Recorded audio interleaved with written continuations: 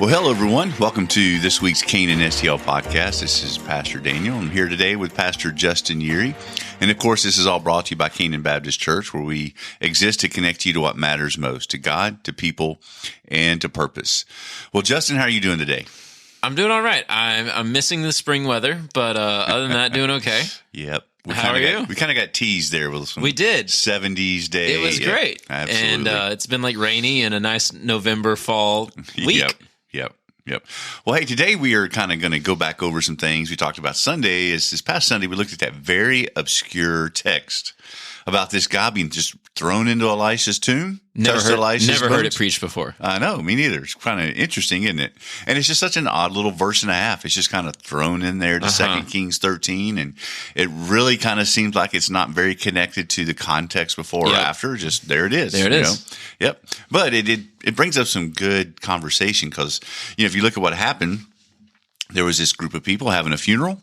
All of a sudden, these marauders kind of cross the borders. They see the marauders, and sheer panic sets in, fear sets in. So they just toss the body into the first. I can't imagine stopping a funeral. I know, and they toss his body in the first available tomb. And it just happened to be Elisha's, and he just happens to touch Elisha's bones, and pop, there he goes, back to life. So awesome story. I totally wish it was unpacked more in Scripture. Yeah. But it wasn't. So we just we're left to speculate. We'll find out one day. Befores and afters. That's right. But there are some things we can glean from this. And first, we talked a little bit about this Sunday, is, just the power of fear. How fear can just be such a paralyzing, emotionally altering, life altering reality. And here that fear was so powerful that they stopped what they were doing, which is intense. They were grieving a loved one and a loved one's funeral. And so for that kind of level of fear, just to completely overwhelm the other emotions they were already having, that just speaks a little bit to the power of fear, doesn't it? Oh yeah, it's huge.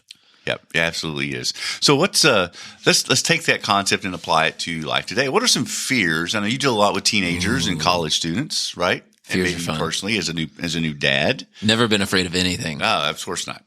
So, what are some fears that either you personally or you've encountered helping some of our maybe high school students or college students deal with?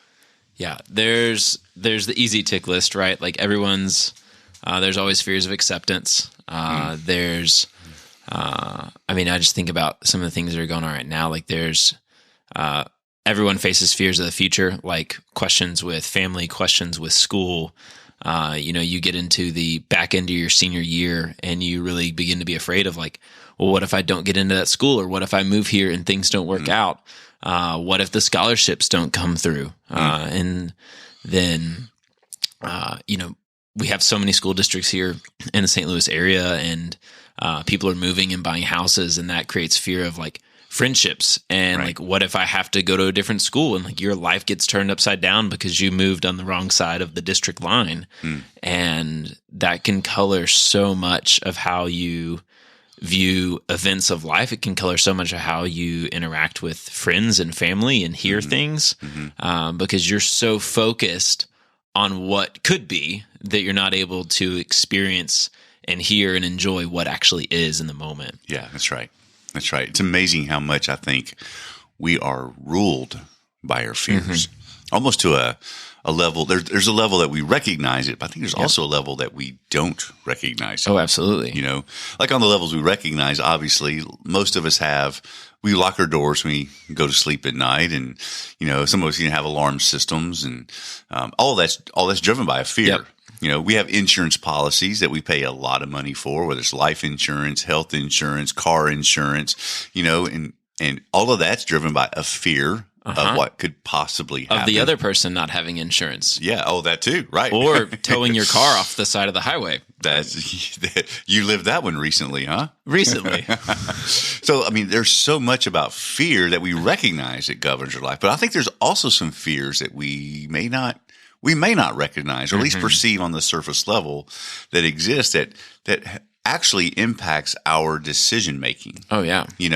And like as a parent, can you think of any fear that you would have that actually impacts your decision making as a brand new dad Well, not brand new. Maven's coming up. Is she a year She's yet? almost a year. Almost a year. 2 weeks away. Yeah. So what fears are there that you may or may not recognize as fear, but it impacts the decisions you make as a husband, as a dad, etc.?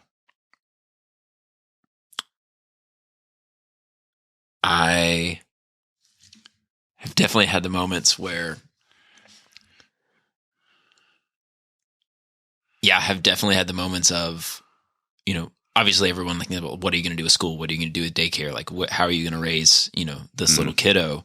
But, thinking this isn't fair to her. And baby girl, if you ever listen to this, I don't think you will. I'm sorry. But like how she grows up, like, yes, is a reflection upon me and how I raise her. But to some degree, like kids still make their own choices. Yes, they do. And so like, I've even seen in some of those decisions of like, who do we hang out with, who she's around. And even from like when she was like 6 months old and wasn't babbling at any point, I was like, oh no, like if she's around this person or if she's in this situation, then she'll just become a terror and this horrible human. And obviously that will make me lose my job because my kid's out of control. Like already have had the thoughts of like, oh no, I must protect her completely so that she becomes something so that I can like be perceived a certain way. Like I've had that conversation with Kelsey and it's just like, I don't know where this came from, but I didn't know why I did the thing that like, I didn't know why that came out of my mouth or I didn't know why I said that. And then we began to unpack it and it was like, oh no, like I was legitimately scared that our 6-month-old would do something stupid. Not that humans ever do that. Never.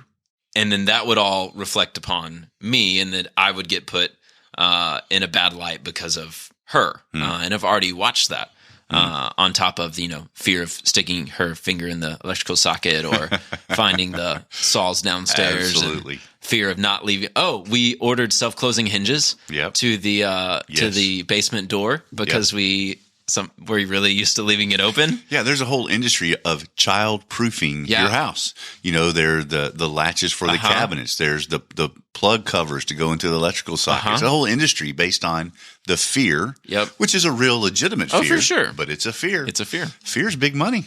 Fear is big money. Look at nuclear weapons.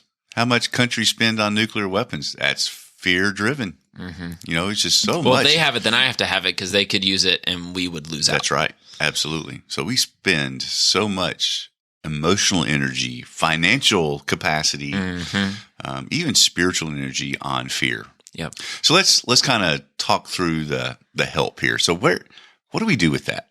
How do we, as followers of Jesus, how does the gospel address fear so that although there's practical fears we must take into account just for being wise, like having a savings account and putting those plug stoppers in so our kids don't shock themselves. That's just wise things to do, right? But how do we take some of these fears that may not be wise? It's more panic. Right. How do we let the gospel speak to that? Give us some victory over that. Yeah, I think two really helpful things that I found come from Philippians 3 and then Psalm 23, right? So Psalm 23 says, I will fear no evil, for you are with me. That's right. And depending on how you translate it, the valley of the shadow of death or the valley of the shadow of darkness. So whether that darkness is the face of death and, it's the fear, no fear even in death or even in the dark moments, the image of a shepherd when you can't see your hand in front of your face and you can only hear him. I think both of those are play in a fair, rendering there. And I think it fits all of life. And in Psalm 23, we get this reminder at the opening, before he even talks about fear, he gives us peace. The Lord is my shepherd.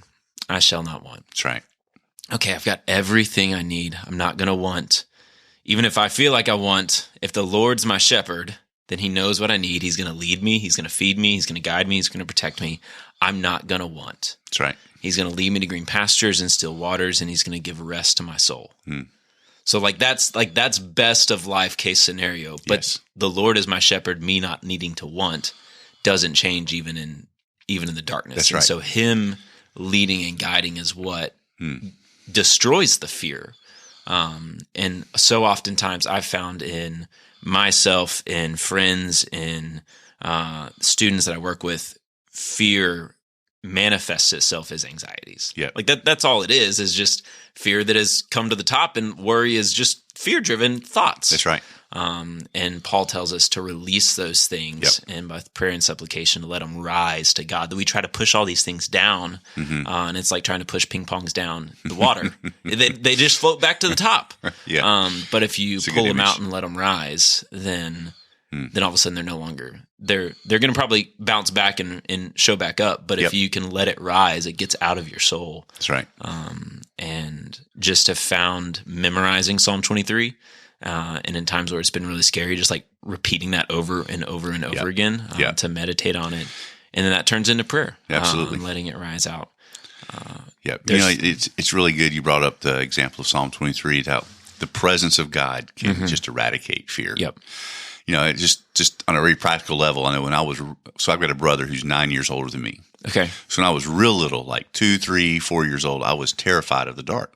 I did not want to go to bed by myself. So I would often yell, "Brian," right? And my big brother, he would come and just lay down beside me. And I've always just gone to sleep like that. But he would lay down, and as soon as he was in the room with me, I wasn't afraid anymore. Right? Just the power of presence. Well, so anyway with the Lord, except exponentially more so. So much more. So, he's always with us. And so when David says that, even though I walk through the valley of the shadow of death or darkness, I will fear no evil. And why is because you are with me. Your rod and staff comfort me. That is so powerful. And that's why Jesus says at the end of the Great Commission, remember, I'm with you always, even to the end of the age. So the presence of the Lord and us acknowledging and being with him drives out so much fear that we have. But something else in this story is kind of attached to fear. And we see in this that, this body of this dead man touches the bones of Elisha and he comes back to life. Nuts. Amazing, right? But he kind of grew into that. This passage was kind of leveraged early in the history of the church to almost fuel a superstitious view of, bodies and items called relics is what they're called officially. It's just relics where churches and people of the past would try to find these different relics because they thought there was power in these relics. Just like Elisha's bones had power, there's powers in the bones of the Apostle Paul or Peter, or there's power like Sunday we talked about the box in one of the churches in Europe that has supposedly has the head of John the Baptist, and how that works with decomposition. It's unclear, but it's weird. But then how we cited the quote from where John Calvin quotes Saint Augustine. Yes. How if all the churches that claim to have pieces of Jesus' cross actually had Jesus' cross, then Jesus carried a forest. Yes. So it's just crazy. So let's talk about superstition, because it's all fear connected, right? Yeah. But why are we as humans bent on these superstitious physical things, specifically like relics in the history of the church? But why would we be so drawn to that when it's biblically just so ludicrous? It's nuts. I think on one hand, we all have rituals we go through. You probably have noticed this. If you haven't, you're about to. Whenever you start to pray on a Sunday morning, you put your hands together just like one over another, and then you pray. And there's always like a small clap, and you pray. You probably do very similar things when you get up and you get ready to preach. You do several similar things when you start to lead a meeting. When we all have those like little ticks and rituals that make us feel comfortable in a moment, because we're like, no, like this is how I approach this thing. This is how I do this thing. And I've got it. I pray a certain way. If y'all haven't picked up on it, I just let y'all all the cat out of the bag. I end prayers in a particular way when I get ready to preach. And it just helps me calm. It helps me like give this moments to the Lord. And it's not superstition of like, well, if I don't pray this, then like the Lord's not going to bless this sermon. Right. But it is, no, like I want to approach this moment in a particular way. And I want to see the Lord do something in it. That's ritual. There's definitely comfort in routine and in ritual. But what happens is we take these routines and rituals and then we make them something more than they're not. Yes. Or we make places or moments or items more than they're not. Baseball players, right? Most superstitious freaks in the world. Just athletes in general. Yes. I think baseball players are the worst. So, John, I love you. But my brother in high school, he's now a varsity baseball coach in Dallas. But when they would get into the playoffs, he wouldn't wash the socks. His team wouldn't touch the foul line, because if they touched the foul line, when they walked on the field, they would lose. Oh, my. And at one point, he was painting his toenails. Oh, that's amazing. Whenever they got in the playoffs, and he would keep them painted, because if he didn't, then they would lose. Currently, he doesn't shave once they get into the playoffs, because, obviously, if he shaved his beard, that would impact the ability of his players. Yeah, I think you're right. I think baseball players might be the most superstitious. I think they are. You watch them walk up, they'll strap, unstrap, restrap, click their heels together. Oh, yeah. Yep, absolutely. Pat their chest and look up to heaven. And if they don't do that, that's why they struck out. Yeah. But we all have these things, right? Like, you've got to triple check your luggage. You've got the stereotypical dad who's going to check his app for the flights 3,000 times before he wakes up to, go to the airport. We all have these weird things that freak us out. And if we don't do these set of items, don't bring us comfort. Yep. And ultimately, it's a pursuit of comfort and calm and peace outside of the Lord. That's right. We want to manufacture something, and we want to be in control because we're afraid, instead of letting the Lord be in control because we're afraid. That's right. Yeah, most of your athletic rituals, superstitions are out of fear of losing and wanting to win. I was very similar, and I definitely did not paint my toenails. But like football, we would, do the same routine of putting on our uniform. Yep. The last thing was always the sweatbands, right? Armbands. And so we'd win. Well, it's kind of like your brother with the socks. Yep. We wouldn't wash our armbands. We put those same armbands on every game. We wouldn't 7 games in a row. No. So 7 weeks, man, they were foul. They stood up on their own. Absolutely. We kept wearing them because we thought if we didn't wear them like that. I mean, if you get your hands in someone's face at that point, it's a good way to block. Advantage. Absolutely. So, you're totally right. It's when those routines become the source of our peace, the source of our hope, instead of the Lord. It's idolatry. Absolutely. It's exactly what these relics are, is idolatry. When we start worshiping and look to the ritual, the physical item, like in this case, Elisha's bones. Yep. Elisha would have never dreamed of anybody worshiping him or being a fuel to this concept of relics. It's calcium. That's What's right. it going to do? That's right. Nothing. It's inanimate, right? It was dead. He's dead. But we leverage those things because out of hope and comfort. This is why superstitions are just not healthy, and of course, my family's from East Tennessee, the Smoky Mountains. There are an abundance of superstitions that are so weird, right? What are some of your favorites? Some of my favorites? Yeah. Well, some of them are pretty standard, like don't open an umbrella inside the house. Yep. Don't walk under a ladder that's leaning, things like that. But then there's also this weird East Tennessee superstition that certain members of the family have healing power. And it's just really weird. So weird. My dad didn't even want to know about it. He didn't want to learn it. So I have very little knowledge about it, except that it existed. But there's some weird stuff. Absolutely. Yeah, absolutely. So anyway, but the key is here, fear can lead us to do some crazy things. And superstitions, idolatry is one of those crazy things that fear can lead to. So we got to be very careful about our fear. We have to manage our fear. We have to turn our fear over to Jesus, and I love what we quoted this Sunday, but I love what Jesus says, don't fear the one that can just kill the body, but fear the one that can kill the body and cast you into hell. Yep. Fear God.